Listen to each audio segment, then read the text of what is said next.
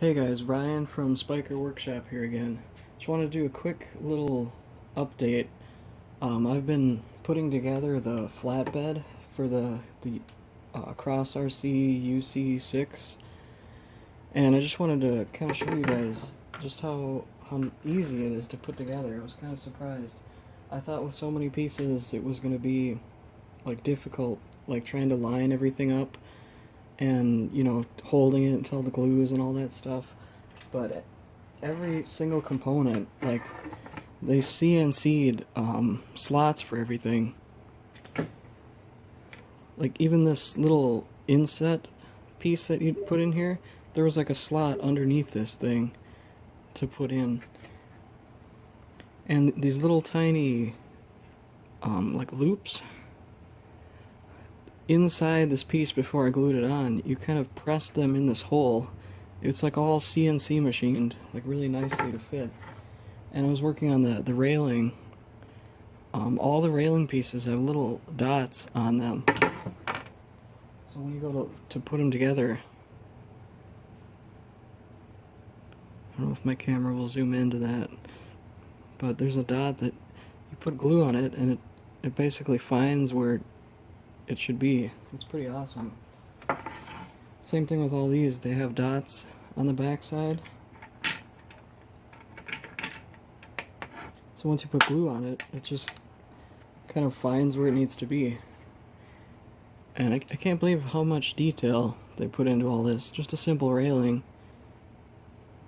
Just to show you a comparison, that railing compared to a couple years ago, the railing for the 8x8 truck they did. This was basically, I think, 2 separate pieces only. Super simple compared to the new one. Yeah, see the backside. Not much to this thing at all. This is still a great truck, but it's cool to see just how much more advanced this kit is. So I made a lot more progress on the flatbed area, and I'm kind of surprised at just how large this truck is. It's hard to tell from the pictures of it, but it's like a lot larger than like the Tamiya semi-trucks. I think it's 1/12 scale. I'm not sure if it's 1/10 scale. But like the height of the, yeah, it's 12 inches tall all the way up to, they have metal supports so you can put a canvas cover over it. It's kind of cool that it came with the metal, but it didn't come with a canvas. I think they sell it separately, but it's cool that they included the metal with the kit, because then you could sew your own cover, which I plan to do, because the one they sell is only in green, and I'm planning to paint this like a desert tan color. So I'll probably either make like a light tan canvas for it or a brown one. And here's the battery box for it.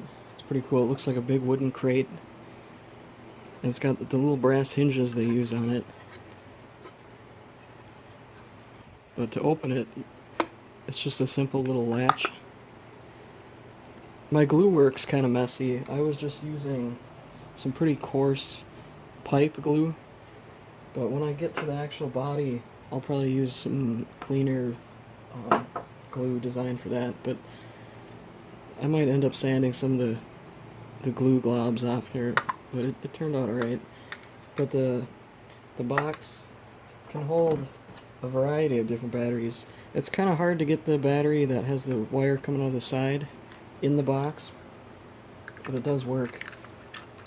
You just kind of have to, I guess that's not too bad.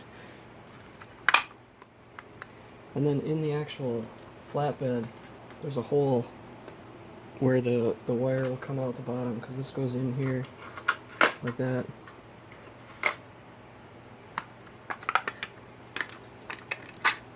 But yeah, it's a pretty big size, so you could probably fit even large battery packs in here.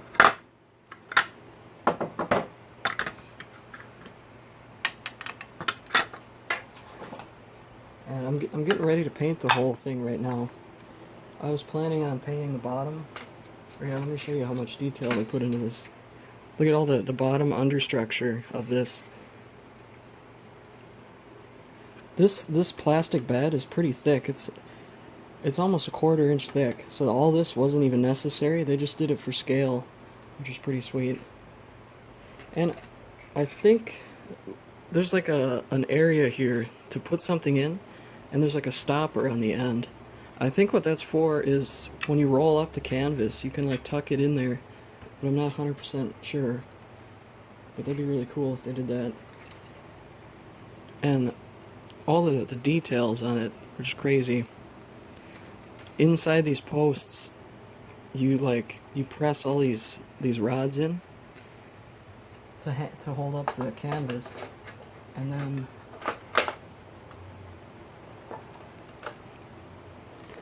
they have it so when you pack up the tent, they even have little holders. It takes a while to put them in here, but you can store all of these poles at a lower height here when the canvas is open. So it's pretty cool. It's not like you have to choose between an open bed or a canvas. Like, you can do both. Take these out for a minute. And the other cool thing they put on this, they kind of went all out. The real truck has like seating on the inside for people to ride in. So they actually have on both sides little latches. So like, I don't know how many people could fit in there, but it looks like quite a few. It's pretty cool how they did that. And on the back, to open the back door, they have little tiny metal pieces. And this thing has 4 hinges on it, so it's pretty durable.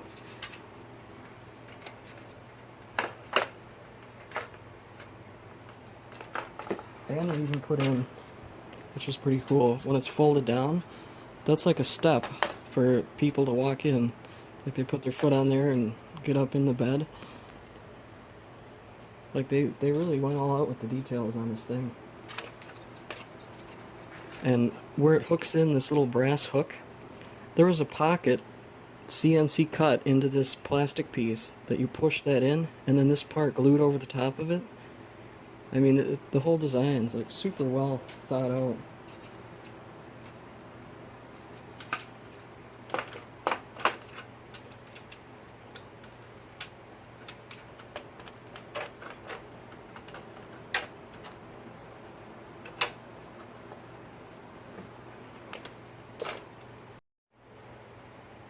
Once I paint it, I plan to put wood paneling on the inside here. Because I'm not sure if the real trucks, if it's steel in here or if it's wood. I'll have to do some research on that. But on mine, I'm definitely going to put wood just because it looks cooler, I think. So I bought some wood stock. But it should add a lot to it. I'm going to stain it like kind of a dark color. Maybe light, I don't know yet. But I did the same thing on my 8x8. You might have seen already before. That I used alternating pieces of stained wood, like 2 different stain colors. I probably won't end up doing that on the new one, but I think it adds a lot more like variety to the whole truck. So next time you see it, will be painted.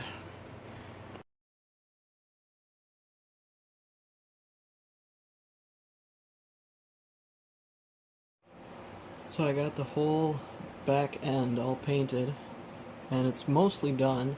I still have to do some weathering. I'm gonna just do like a black wash over it to make it look like shadowing and stuff. I noticed a problem. What kind of a problem? Since I plan to put my own wooden bed in the back, after I do that, I don't think with the battery box in here.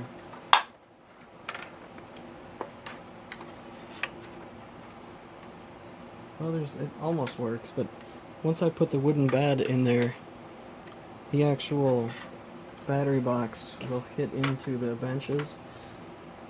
It's not that big of a deal, I guess, but just something to note if you guys are thinking about putting your own wooden bed in the truck. Another thing I probably should have done, but I was kind of in a rush to paint this thing, because I really want to get it driving, but I didn't take the time to properly prime the metal parts, so some of it's already getting peeled off.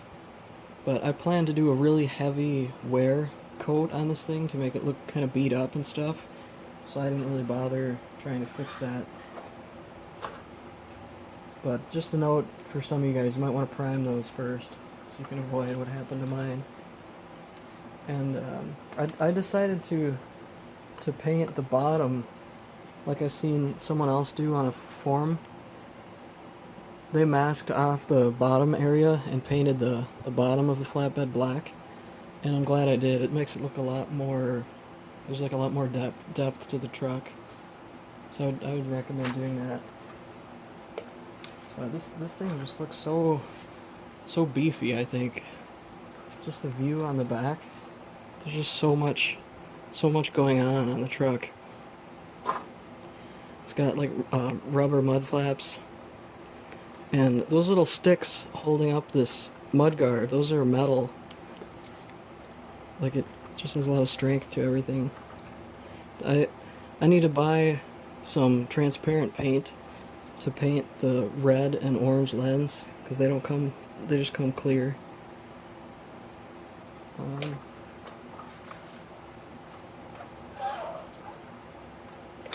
I did some of the detail work on the front also, like where the spare tire goes. And there's like a little step. I'll probably end up painting that black, the step. And on the other side is the gas cans.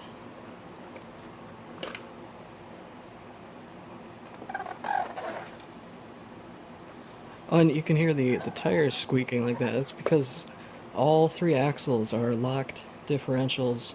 I don't know if I think I forgot to mention that in the first video.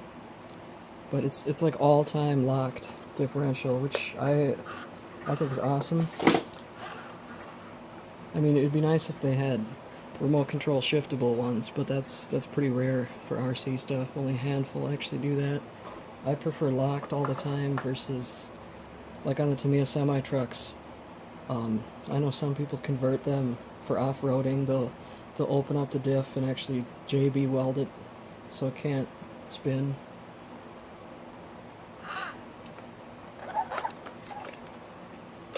Let me show you an underside view of the whole thing.